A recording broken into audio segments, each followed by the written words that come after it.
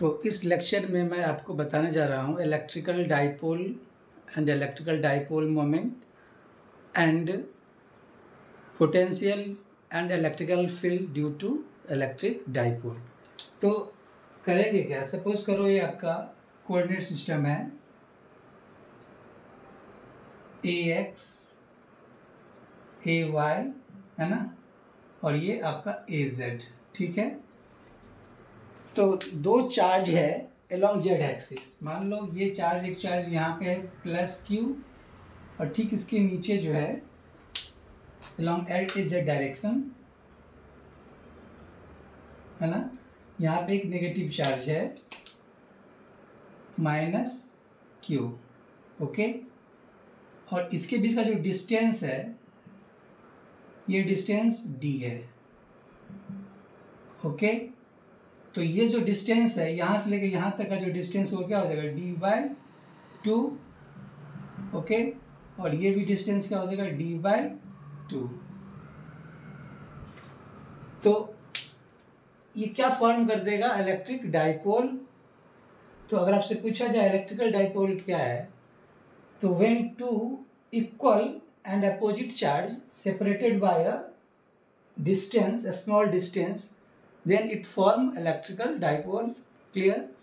और electrical dipole moment क्या होगा, तो इलेक्ट्रिकल डाइपोल जो फॉर्म होता है चार्ज के कारण, तो उस किसी एक चार्ज के मैग्नीट्यूड को डाइपोल के बीच का जो डिस्टेंस है, दोनों चार्ज के बीच का जो डिस्टेंस है उससे जो मल्टीप्लाई करेंगे तो उसी को बोलेंगे इलेक्ट्रिकल डाइपोल मोमेंट। मतलब इलेक्ट्रिकल डाइपोल मोमेंट क्या हो गया, product of charge into distance between charge. अब यूनिट क्या होगा इसका, चार्ज का यूनिट क्या होता है कूलम, डिस्टेंस का यूनिट मीटर। तो इलेक्ट्रिकल डाइपोल मोमेंट का जो यूनिट होगा वो कूलम मीटर, और इसका जो डायरेक्शन होगा along minus negative charge to positive charge. इसको मैं देखूंगा, प्रूफ करके बताएंगे, ठीक है। तो अब हमें करना क्या है, पोटेंशियल निकालना है इलेक्ट्रिकल डाइपोल मोमेंट के कारण किसी पर्टिकुलर पॉइंट पे। तो मान लो ये कोई पॉइंट आपका क्या है P है ना, जिसका कोऑर्डिनेट है, कोऑर्डिनेट रेक्टेंगुलर कोऑर्डिनेट आप ले लो XYZ। अगर हम चाह, लेकिन इसको हम चाह रहे हैं स्फेरिकल कोऑर्डिनेट में ताकि आपका कैलकुलेशन इजी हो। तो मान लो ये जो पॉइंट है इसका स्फेरिकल कोऑर्डिनेट के R है, थीटा है, और ये फाई है, क्लियर। तो करेंगे क्या, हमें पोटेंशियल निकालना है एट P पे। तो यहाँ पे P पे जो है निकालना है, तो यहाँ पे चूंकि दो चार्ज है तो इस चार्ज के कारण पोटेंशियल निकालेंगे इस P पे, इस चार्ज के कारण इस पे पोटेंशियल निकालेंगे, और जब दोनों को जोड़ेंगे तो वही क्या कहलाएगा, पोटेंशियल एट P। मतलब क्या हो गया कि जो Vp होगा is equal to Vp positive plus Vp negative, potential due to positive charge at P plus potential due to negative charge at point P। तो करेंगे क्या, इसको आपको मिला। तो ये जिसका जो है ये पॉइंट P जो है यहाँ से, इसकी डिस्टेंस क्या है R1 मान लिया, क्लियर। या ये डिस्टेंस मान लिया मैंने R, ओके, और ये डिस्टेंस मान लिया मैंने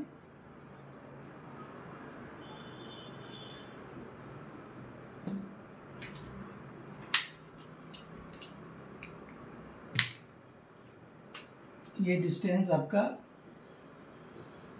R2, और ये जो है R जो है जेड एक्सिस से कितना एंगल बना रहा है, ये थीटा, क्लियर।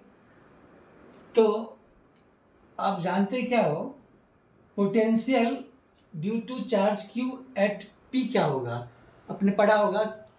पॉइंट चार्ज के कारण जो इलेक्ट्रिकल पोटेंशियल होता है क्या होता है 1/4 पाई एप्सिलॉन नॉट Q/R। तो यहाँ पे Vp प्लस क्या हो जाएगा Q/4 pi epsilon naught 1 by कितना डिस्टेंस है यहाँ पे R1 है ना, plus potential at P due to negative charge, तो क्या -Q चूँकि चार्ज नेगेटिव है बाई 4 पाई एप्सिलॉन नॉट, कितना डिस्टेंस है ये R2 डिस्टेंस पे है, तो 1/R2। तो ये क्या होगा तो V P is equal to जो हो जाएगा, इसमें क्यू कॉमन है, Q by 4πε0 1/r1 minus 1/r2। ये potential at P due to dipole हो गया। क्लियर ना? अब बताओ कि अगर इफ जो है ये जो आर जो है, ये जो आर है डी से काफी बड़ा हो, डी से काफी बड़ा हो मतलब डी को आप नेग्लेक्ट से मान लोगे, तो डी को नेग्लेक्ट मानने का मतलब क्या हो गया, R1 ये डी काफी छोटा हो गया, तो मतलब R1 ये R पे आ गया, मतलब R1 का डिस्टेंस क्या हो गया, सेम हो गया करीब करीब। R2 ये वो पॉइंट पे आ गया, तो इसका भी डिस्टेंस क्या हो गया, R के बराबर हो गया। तो जब R क्या हो, B से काफी बड़ा हो, तो यहाँ पे आप लिख सकते हो R1 is equal to R2 is equal to R। Clear? Now इस पॉइंट को मैं मान लेता हूं ए पॉइंट, इस पॉइंट को मैंने मान लिया बी पॉइंट। ओके, अब इस लाइन पे क्या करेंगे, ओपी लाइन पे परपेंडिकुलर डालेंगे। ओके, फिर ओपी पे परपेंडिकुलर डालेंगे और फिर इस लाइन से इसके परपेंडिकुलर डालेंगे। क्लियर? मतलब पॉइंट ए से परपेंडिकुलर डाला किस पे, ओपी लाइन पे, और फिर पॉइंट ओ से परपेंडिकुलर डाला कौन पे लाइन पे, बीपी लाइन पे। तो अब ये बताओ, अगर ये पैरेलल लाइन मान लो, ये ओपी और बीपी पैरेलल मानोगे, क्लियर, तो ये एंगल और ये एंगल भी क्या होगा, सेम होगा। मतलब ये दो पैरेलल लाइन है आपका। क्लियर? दो पैरेलल लाइन है, ये वाला और ये वाला मान लिया, और ये आपका क्या हो गया, ट्रावर्स रेस मतलब तिर्यक क्षैतिज रेखा। तो ये एंगल और ये एंगल क्या होगा, सेम होगा। तो इस ट्रायंगल में आप क्या लिखोगे, इन ट्रायंगल ए ओ, इस पॉइंट को मैंने लिख लिया सी पॉइंट। ओके, इस पॉइंट को मैंने लिख लिया डी पॉइंट। तो इन ट्रायंगल ए ओ सी में ये जो है ये कितना हो जाएगा, ये पॉइंट ए हो गया, ए ओ हो गया, और ये सी हो गया। ये कितना हो जाएगा, d/2, और ये क्या हो जाएगा, थीटा। तो जो ओ सी होगा, है ना, ये राइट एंगल ट्रायंगल है ना, तो आप क्या लिखोगे, इसको आप इसका cos theta is equal to क्या लिखेंगे आप, cos theta is equal to base by hypotenuse, या ये हाइपोटेन्यूज का काम करेगा। तो क्या होगा, ओ सी बाय d/2। तो O C is equal to कितना हो गया, d/2 cos थीटा। ओके, अब in triangle O B D, यही है ना, ओ बी डी, ये कितना हो जाएगा, d/2। जो ओ बी है, ये एंगल क्या है, थीटा। इसमें भी आप क्या लिखोगे, cos theta is equal to base by hypotenuse, ये हो गया आधार, ये हो जाएगा कर्ण। तो B D by O B, तो B cos theta is equal to B D, O B क्या हो जाएगा, d/2। तो जो बी डी हो जाएगा वो क्या हो जाएगा, d/2 cos थीटा, है ना। अब ये जो लाइन पॉइंट क्या है, सी है, इस पे आप परपेंडिकुलर डालो, ये वाला है ना, इसको मान लिया मैंने ई मान लिया। ठीक है, इसका मतलब क्या हो जाएगा कि जो डी ई है करीब करीब किसके बराबर है, ओ सी के बराबर। तो डी ई क्या, ओ सी क्या था आपका, d/2 cos थीटा। अब ये बी ई को क्या लिख सकते हैं आप, बी ई को आप क्या लिखोगे, B D plus D E. B D कितना हो जाएगा, d/2 cos theta, D E क्या हो जाएगा, d/2 cos थीटा। जोड़ोगे तो क्या आ जाएगा, ये d cos थीटा। क्लियर? ये बी का वैल्यू कितना आ गया, d cos थीटा। अब जो है ए बी, है ना, इस बी पी को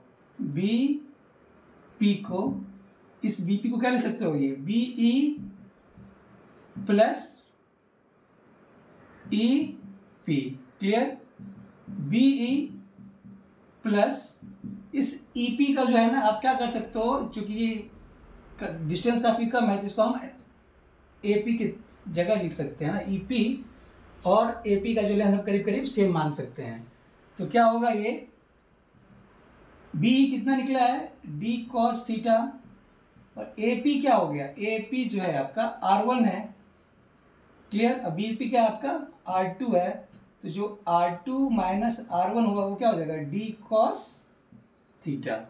अब जो है आपका जो पोटेंशियल एट पी है, V P is equal to Q by 4πε0 1 by R1 minus 1 by R2।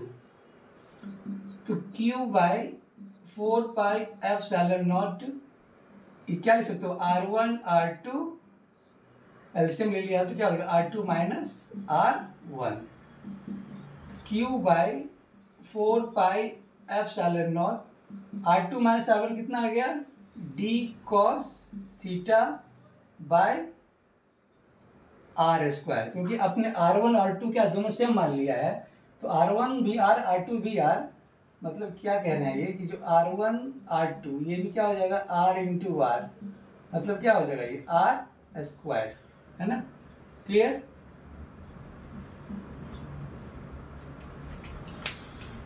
Now इसको आप जो है Q 4πε0, इसको आप क्या लिख सकते हो, D dot unit vector AR by R square, clear.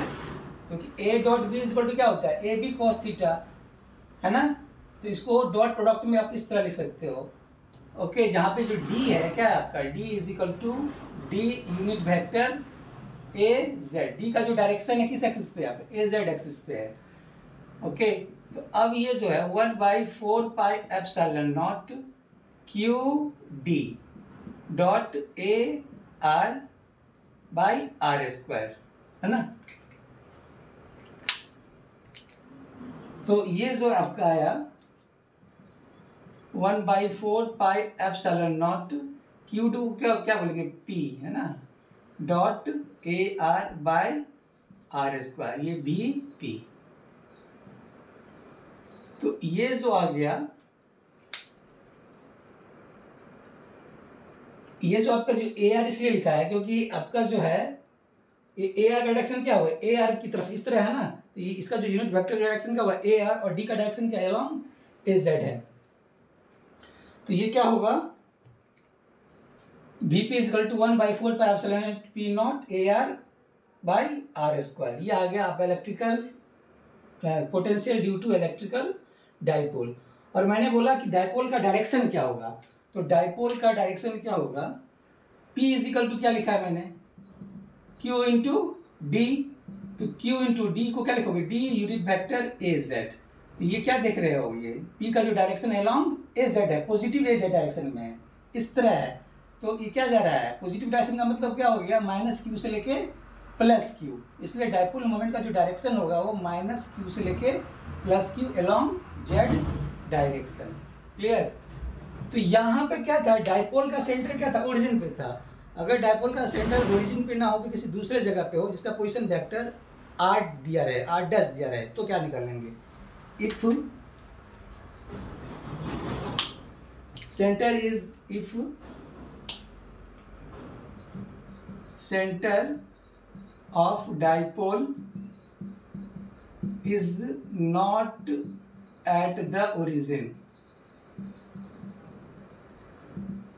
let it is at r dash, clear. Centre of the dipole जो है, तो क्या होगा, पोटेंशियल क्या हो जाएगा 1/4πε0 dipole moment unit vector A are.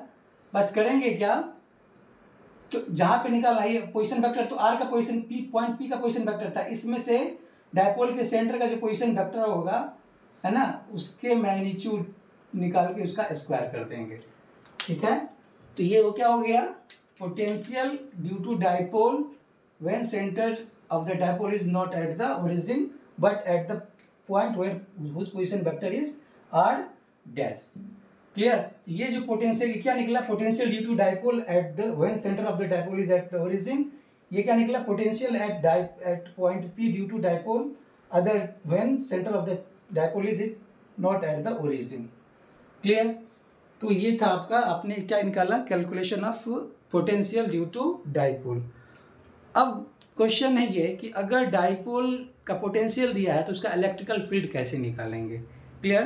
तो नेक्स्ट क्वेश्चन है हमारा, how to find electrical field when potential is given. Clear? तो इसको मैं मिटा दूं.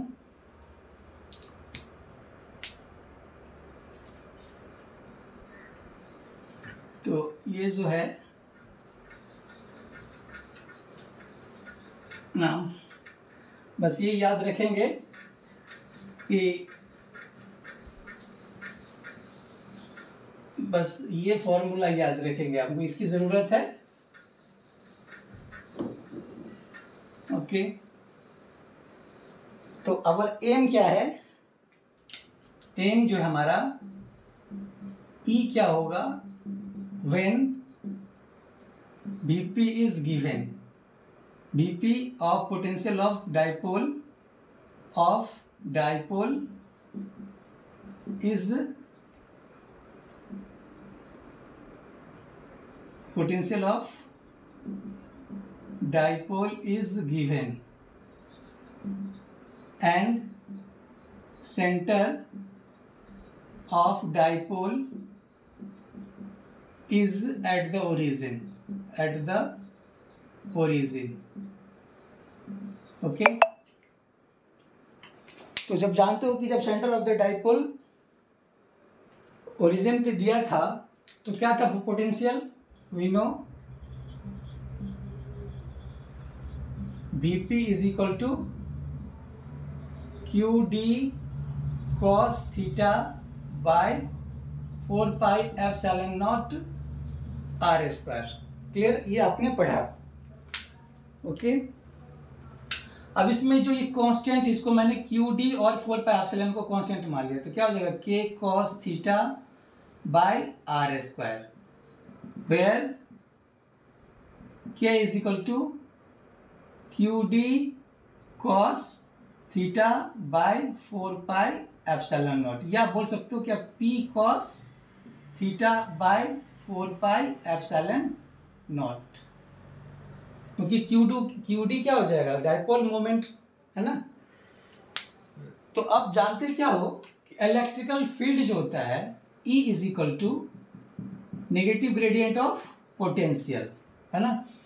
तो हमने जो लिखा वो स्फेरिकल कोऑर्डिनेट में लिखा है. दूसरी बात, पॉइंट चार्ज के कारण जो इलेक्ट्रिकल फील्ड होता है वो सिर्फ आर पे डिपेंड करता है, थीटा और फाई पे डिपेंड नहीं करता है. रीजन क्या कि थीटा और फाई का जो कंपोनेंट है वो एक दूसरे को कैंसिल कर देता है ना. तो जो ड्यू टू पॉइंट चार्ज जो है, अब ये हम जानते हैं कि इलेक्ट्रिकल फील्ड जो है स्फेरिकल कोऑर्डिनेट में क्या हो जाएगा, minus del B by del R plus del B by R del theta plus 1 by R sine theta del B by del phi. Okay, ये चीज़ मैंने छोड़ दिया था इसको, ओहो, minus del V by del R unit vector A R plus del V by 1 by R del V by del theta A theta plus 1 by R sine theta del V by del phi A phi. ये जो होता है आपका electrical field in term of potential in spherical coordinate. Okay, तो यहाँ पे जो potential दे दिया है, कितना दे दिया है, minus del by del R, भी कितना दे दिया आपका जो आया है, K cos theta by R square unit vector A R plus 1 by R del by del theta K cos theta by R square unit vector A theta plus 1 by R sine theta del by del phi K cos theta by R square unit vector A phi. Okay, now